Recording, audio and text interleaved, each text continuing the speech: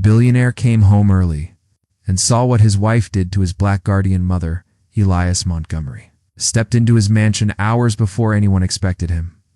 The echo of his footsteps fading as his eyes locked onto a scene that drained the air from his lungs.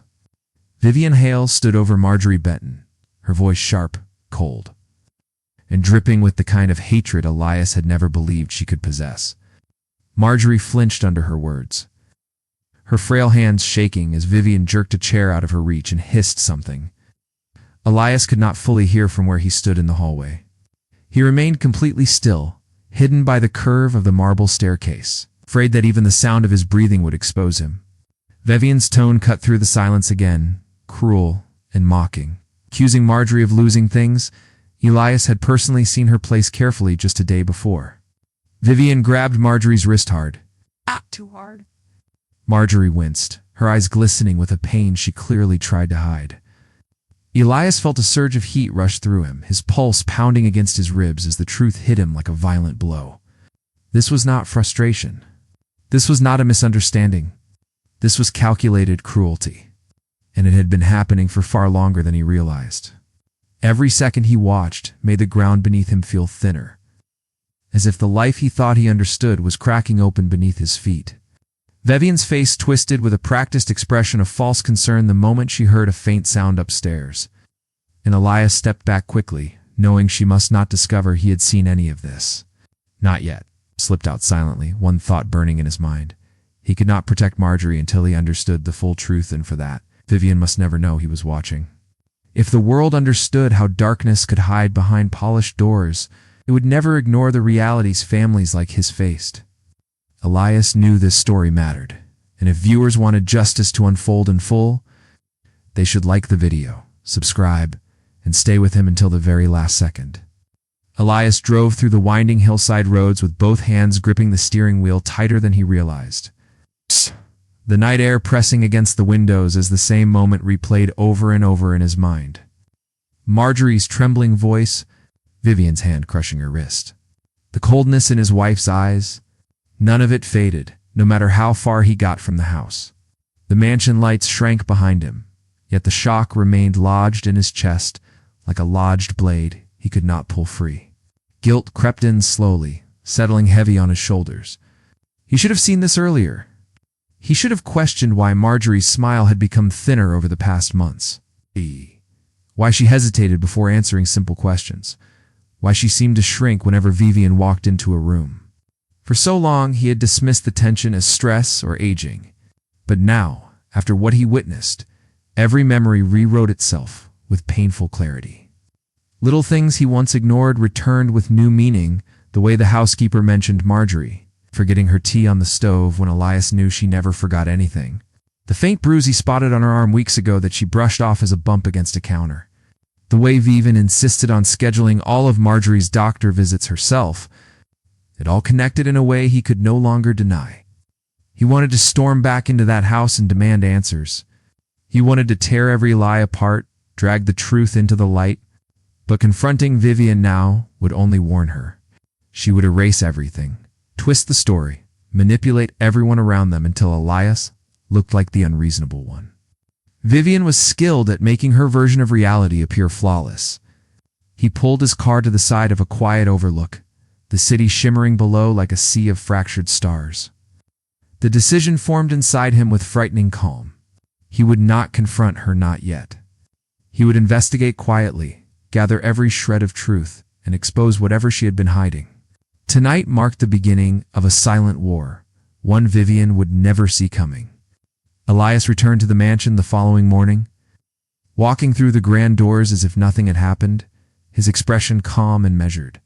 He greeted Marjorie with a warm smile, careful not to betray the storm still raging in his mind.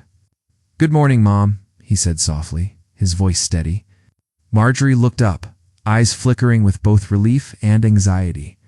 She forced a smile that did not reach her eyes, brushing at a faint bruise on her wrist, as if it had not been there at all.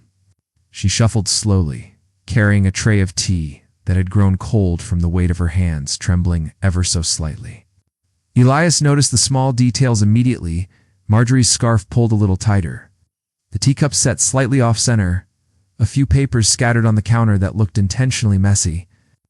Someone wanted it to appear that she had lost control, that her mind was failing. It was subtle, almost imperceptible to anyone else, but to Elias, the pattern was clear. "Breakfast is ready," Marjorie murmured, her voice soft but dignified. Elias sat with her, pretending to casually read a newspaper, but every glance was a study of her.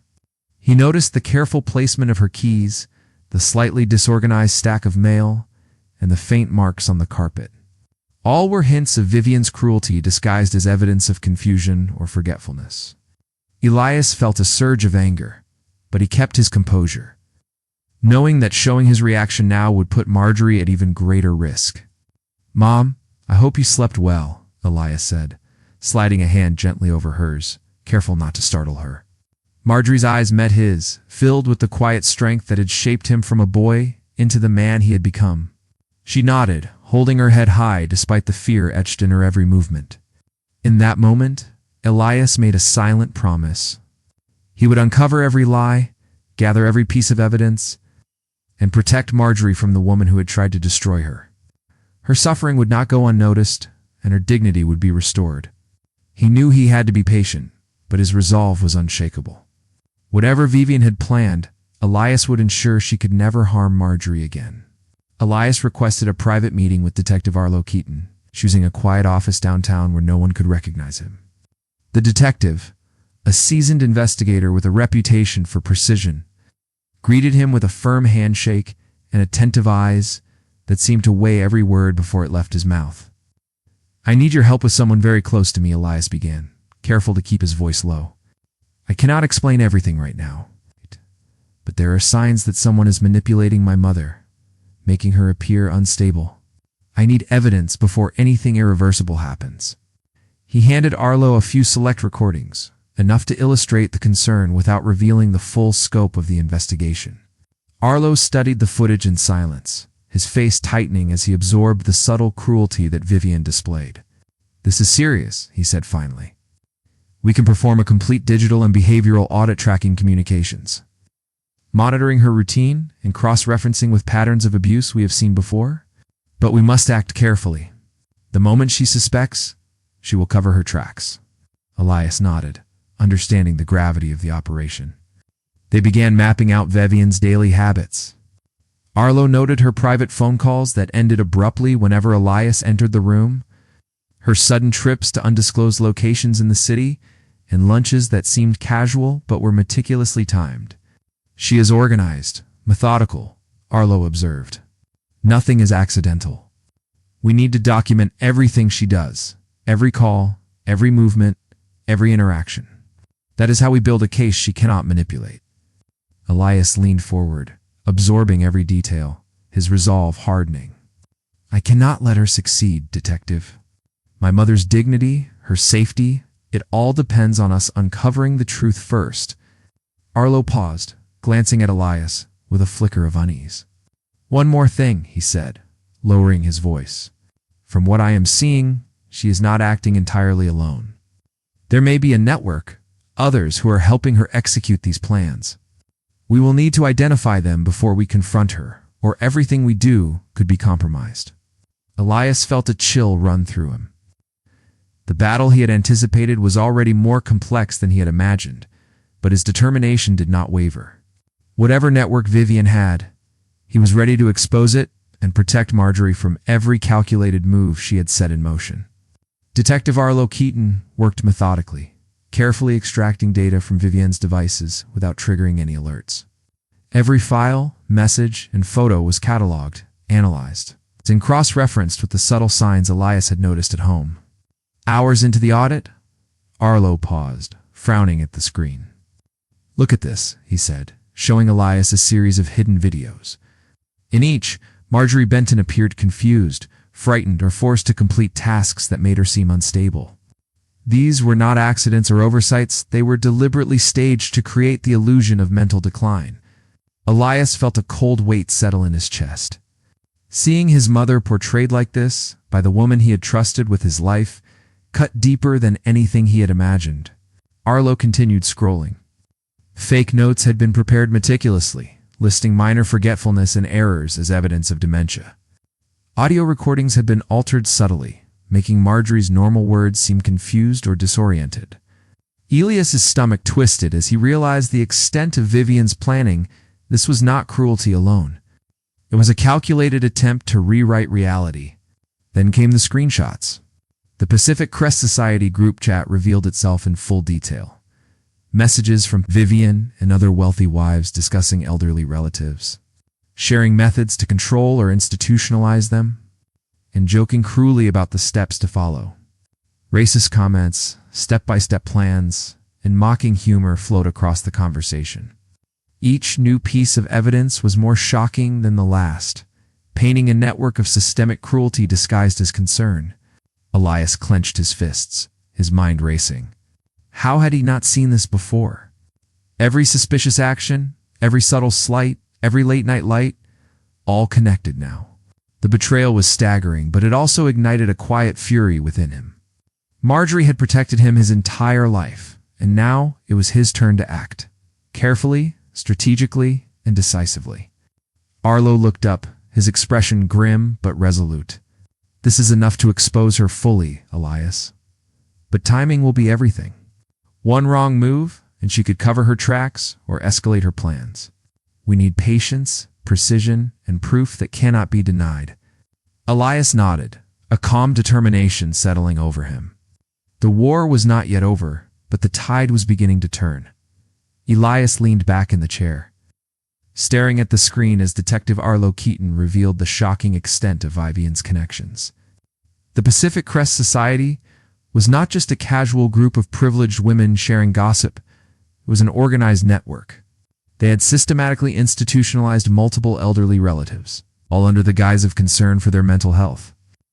Arlo scrolled through files showing falsified medical evaluations, doctors who had been bribed to support claims of dementia, and staged cognitive tests designed to fail. Every document was tailored to create a flawless illusion of incapacity.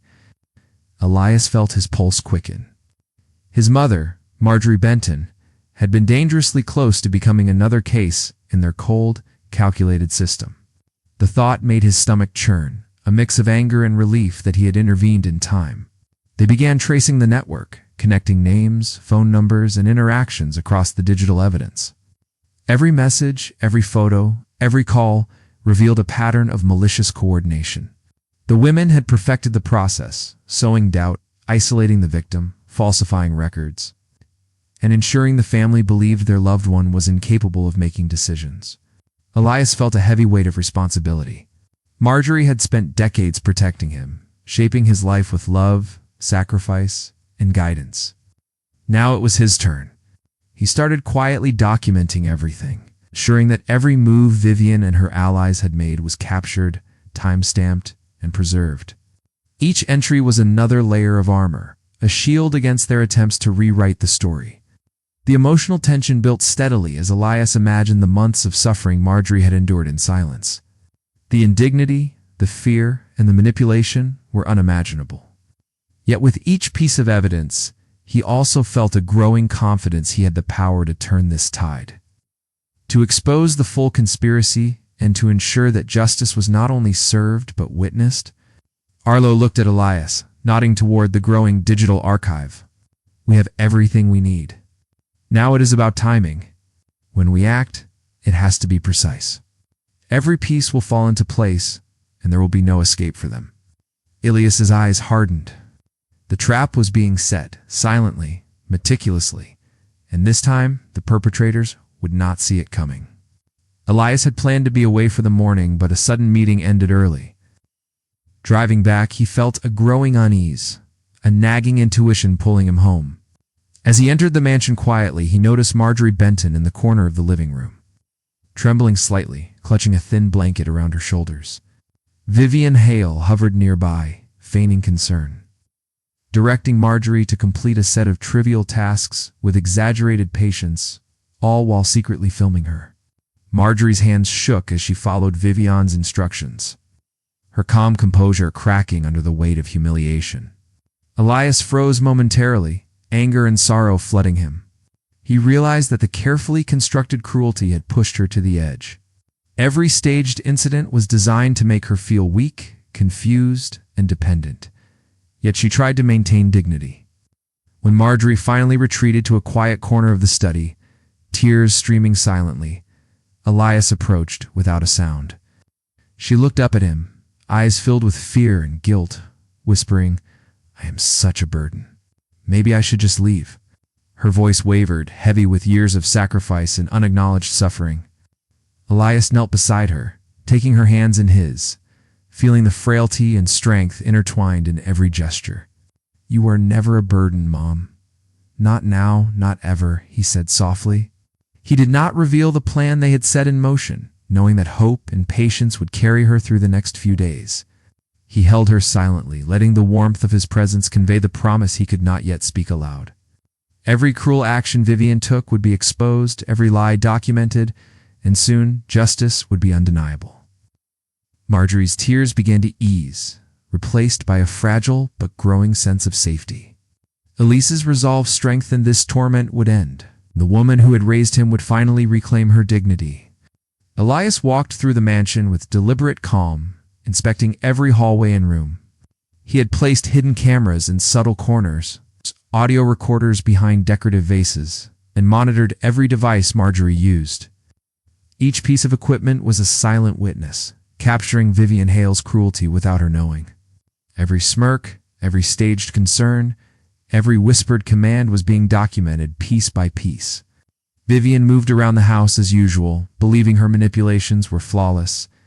She instructed Marjorie to perform tasks that seemed ordinary, but were carefully designed to produce evidence of confusion and weakness. With each attempt, her own words and actions were recorded in perfect clarity. Unbeknownst to her, she was tightening the noose around herself, constructing her own downfall with every calculated move.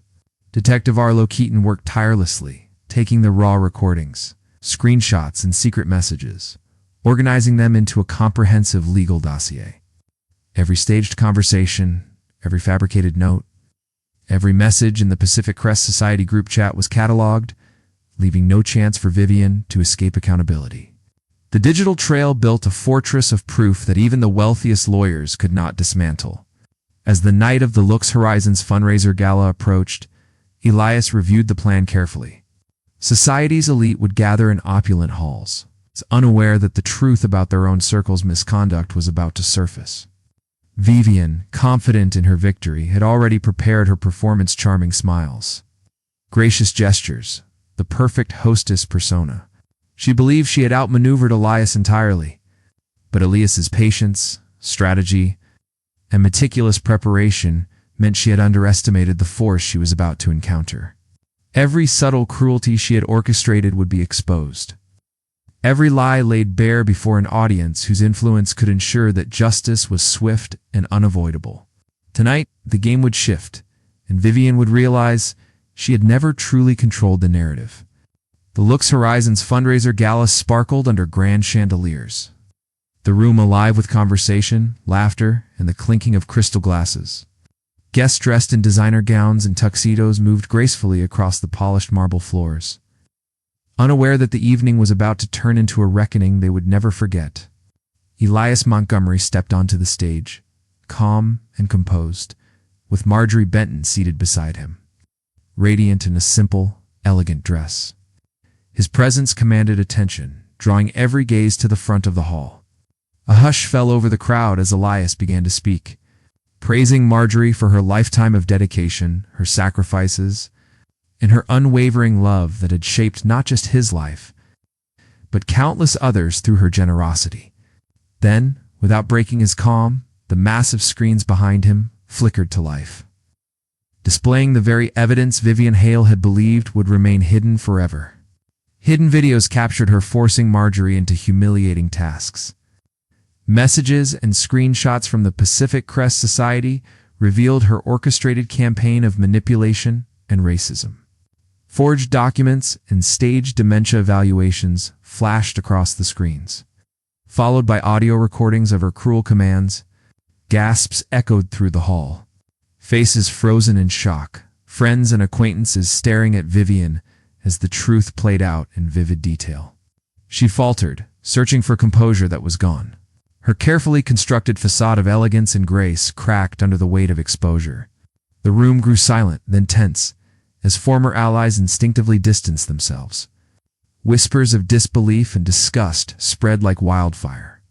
At that moment, Detective Arlo Keaton entered with legal officers, adding gravity to the spectacle. They moved methodically, ready to ensure that every fraudulent act, every attempt at abuse, would face immediate consequences.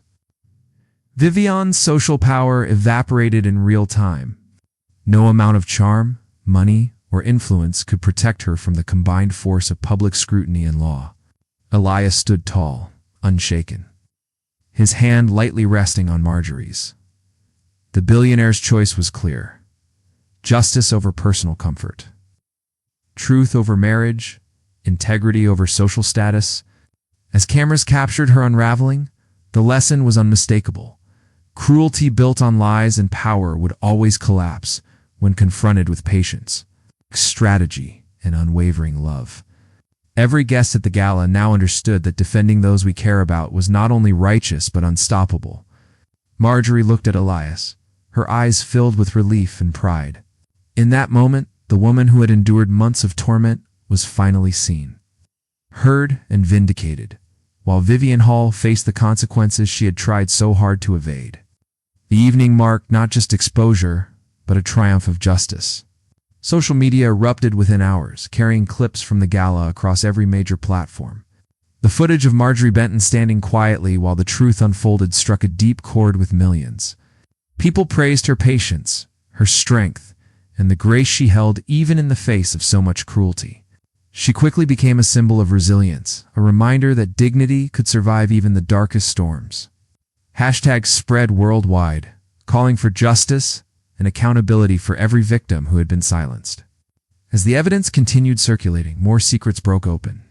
The Pacific Crest Society members, who had participated in similar schemes, found themselves exposed one by one.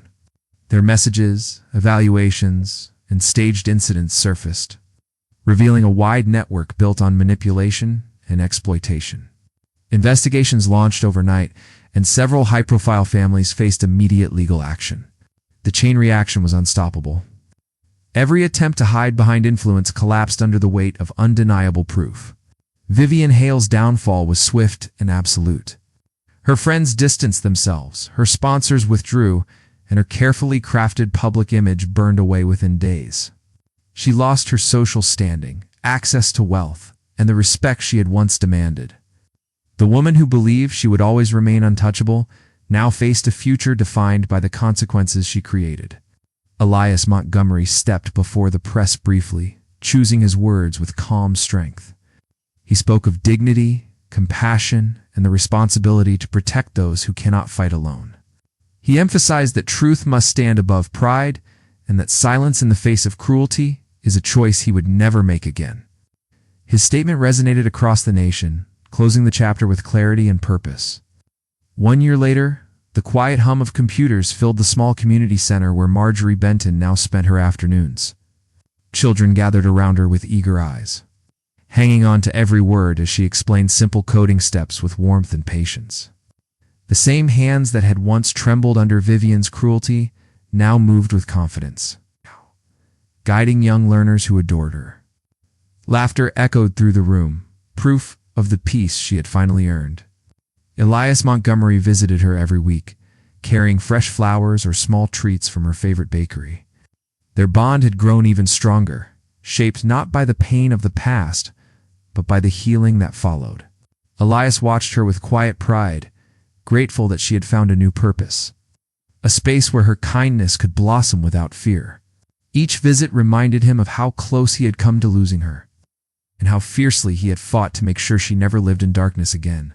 Marjorie often teased him gently about being overprotective, but she knew his loyalty came from love, not worry.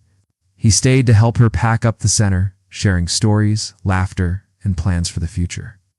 The weight that once shadowed their home had lifted completely, replaced by a calm certainty that brighter days were ahead. As the sun dipped low and cast warm light across the center floor, Marjorie looked at Elias with a soft smile. She had survived, reclaimed her dignity, and built a life filled with purpose. Elias knew in that moment that he had chosen the right battle, and that justice had not only protected her, it had restored her. The story that began with darkness closed with one truth shining clearly. When cruelty hides behind privilege, courage exposes it. And love always wins.